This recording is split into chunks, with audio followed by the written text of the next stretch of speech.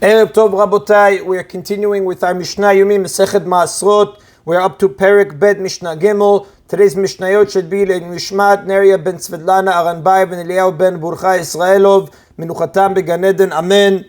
In yesterday's Mishnah, we learned that if a person brings his produce into someone else's courtyard, it does not become set for the Maaser obligation, and he may still eat it as a snack without separating Maasrot. The same is true if he brings it into someone else's house. Now, this rule is especially important to a traveling merchant who sometimes stays in a place for a short time before moving on. The Mishnah today is going to discuss when the place he stays in for the time being is considered his house in regards to the laws of Maaser. The Mishnah says, "Hama'aleh perot min haGalil Yehuda," someone who takes produce from his field in the Galil up to Yehuda to sell. The Mefarshim explain he wants to sell his produce in Yehuda, where the prices are higher. Now, this produce is still permitted for snacking when he starts out, even though we learned in chapter 1, Mishnah 5, that when a person intends to sell his crop in the market, it becomes forbidden to snack on as soon as the processing is completed in the field. That rule only applies to produce that he intends to sell to a local market, because the Mefarshim explain, since he might sell it on the way to the market, that rabbis prohibited it as soon as its production is complete and it's ready to go to the market. However, when a person plans to take his produce and sell it in another province where the prices are higher, he does not intend to sell it until he gets there. Therefore, it is permitted for snacking until he reaches his destination. So again, the Mishnah says, "Hama'aleh perot min haGalil Yehuda," someone who takes produce from his field in the Galil up to Yehuda to sell, or Oleh Yerushalayim, where he goes up to Yerushalayim to sell his produce, Ochel mehem ad shu magia lemakom shu olech. He may eat the produce as a snack until he reaches the place where he is going, even if he stays in a house overnight on the way, because since he does not own the house in which he stays, bringing his produce into it does not prohibit it. However, the Mefarshim explained as soon as he reaches his destination, the produce becomes prohibited, because now since he's prepared to sell it to the first buyer, he finds it becomes set in the Maaser obligation. The Mishnah continues, V'chen b'chazara, we're reading the brackets, because that's what the Rav and the Rambam in his commentary and other commentaries have. V'chen b'chazara, and so too on his return. If before reaching Yehuda he decided to bring his produce back to Galil, he may continue to eat it as a snack until he gets back to his home in the Galil, because Mefarshim explain, we do not assume in this case that he's planning to sell it on the way back. Rather, we assume he's planning to take it back to his home in Galil, therefore he's allowed to snack on it until he gets there. Rabbi Meir Omer, however, Rabbi Meir says, Ad shu magia lemakom hashivita, he may eat it as a snack only until he reaches the place where he plans to spend Shabbat, even if that is not his final destination. And the Mefarshim explain, once he reaches that place, he is forbidden to snack on it even before Shabbat begins, because the place where a person plans to stay for Shabbat is considered like his home. And the Mefarshim explain, during the week, a person will stay overnight even in a place that is somewhat uncomfortable. However, he's more careful in choosing a place to stay for Shabbat. Therefore, once he comes to the place where he plans to stay for Shabbat, it is considered his home, and bringing his produce into such place sets its Maaser obligation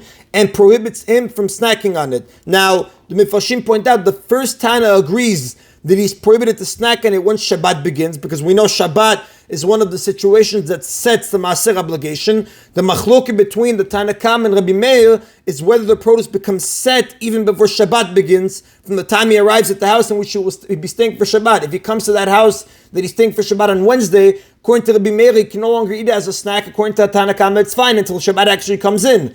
And the Rav tells us, the halakha does not follow Rabbi Meir, the halakha follows the Tanakama. Now, the rule for peddlers is different. The Mishnah says, peddlers who go around to all the towns in a particular area selling makeup and perfume,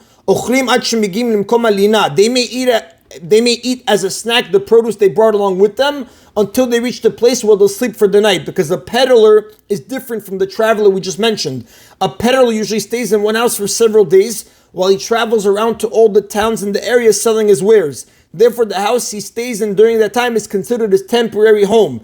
Even though they go into many different houses during the course of the day to sell their wares, their produce has not become prohibited because those houses are not theirs. Once they reach the house in which they plan to stay overnight, that's when their produce becomes prohibited to snack on, because that place is treated like their own temporary home. Rabbi Yehuda says, the first house the peddler enters in the town where he plans to spend the night, is considered his house, even if he doesn't end up staying in that house. Because according to Rabbi Yehuda, the Mefarshim explain, when a peddler comes to a town, he wants to put down his things in the first place that he can. If the owner of the first house he comes to would agree to let him stay, he would gladly stay there. Therefore, Rabbi Yehuda holds, even if he ends up staying somewhere else on the other side of town, the first house he entered was considered his home, since he would have stayed there if he would have been given the chance. Therefore, if he brings produce into it, he cannot eat it without separating Maasrot. The Rav tells us, Rabbi Yehuda, the halacha does not follow Rabbi Yehuda. And that is in Rabotai Mishnah Gimel. Mishnah Dal now discusses another one of the things that sets the Maaser obligation of produce is separating terumah from it. Once terumah is separated from produce, we may not snack from it until Maaser Rishon and Maaser Sheni or Ani have been separated from it. The Mishnah now is going to discuss whether separating terumah has its effect on produce that's not completely processed, or it's only when the produce is completely processed. Produce from which a person separated terumah before its processing was completed, which the Mefarshim explain before it's gemar melacha. Each species according to the rule that we learned in Perek Alayev. For example, he separated terumah from cucumbers before taking off their hair-like covering, which we learned in chapter 1, Mishnah 5, or from grain before he smoothed down the pile, chapter 1, Mishnah 6. It's subject to the following machloket. Rabbi Eliezer osel milechol me'emarai. Rabbi Eliezer prohibits eating it as a snack without separating Maasrot from it, because in the opinion of Rabbi Eliezer, separating terumah sets the Maaser obligation even of produce that has not yet been fully processed. The Chachamim matrin, but the sages, they permit eating it as a snack because the Chachamim hold separating terumah does not change the status of something that has not yet been fully processed. Chutz mikalkalat te'anim, except in the case of a basket of fresh figs, where if he separated terumah from the figs before he finished processing them, meaning before he covered the figs he collected in a basket with leaves, we learned that this is the completion of the processing for figs that a person does not intend to dry, like we learned in chapter 1, Mishnah 5, that this is the gemar melacha for figs a person does not intend to dry. Therefore, they become forbidden to snack on, and the reason for this is because separating terumah from figs in a basket completes their processing as well. Like we explained, the Mefarshim say, the reason a basket of fresh figs is not considered finished until it's covered with leaves is that people sometimes collect figs in a basket and they change their minds and they put them out to dry.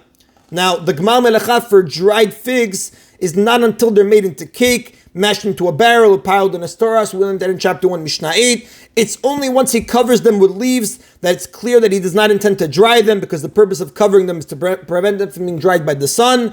However, separating terumah from them also shows that he made up his mind not to dry them, since he would otherwise not separate terumah until after they're dried. Therefore, separating terumah is the equivalent of completing their processing, the gemar melacha. Since these figs have now been finished and terumah has been separated from them, they no longer can be snacked on.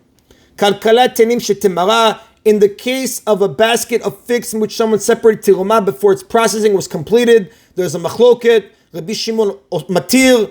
Rabbi Shimon permits eating the figs as a snack, but the sages prohibit it, like we just explained, because Rabbi Shimon doesn't accept the rule that terumah sets the maaser obligation even in the case of a basket of figs, because Rabbi Shimon argues that if figs are permitted for snacking before any of their maasrot, terumah, maaser rishon, maaser ani are separated, it makes no sense to say that they should be treated more strictly after one of them is separated. Therefore, he permits it, while we said the Chachamim, the sages, they prohibit it. And the Rav tells us, "V'alacha kechachamim." The halacha follows the Chachamim. The truma kovad lemaaser kshtara mitoch hakalkala. The maaser obligation kicks in when you separate teruma from the basket of figs. Ul'achar shetara masur le'echol harai me'oto kalkala. And once you separate it, the teruma, you're not allowed to eat it even as a snack. Ad she'afrish kol ha'maasrot, until you separate all the tithes. Like we said, the halacha follows the Chachamim. That is in Rabotai of today's Mishna Yomi. Baruch Adonai le'olam. Amen v'amen.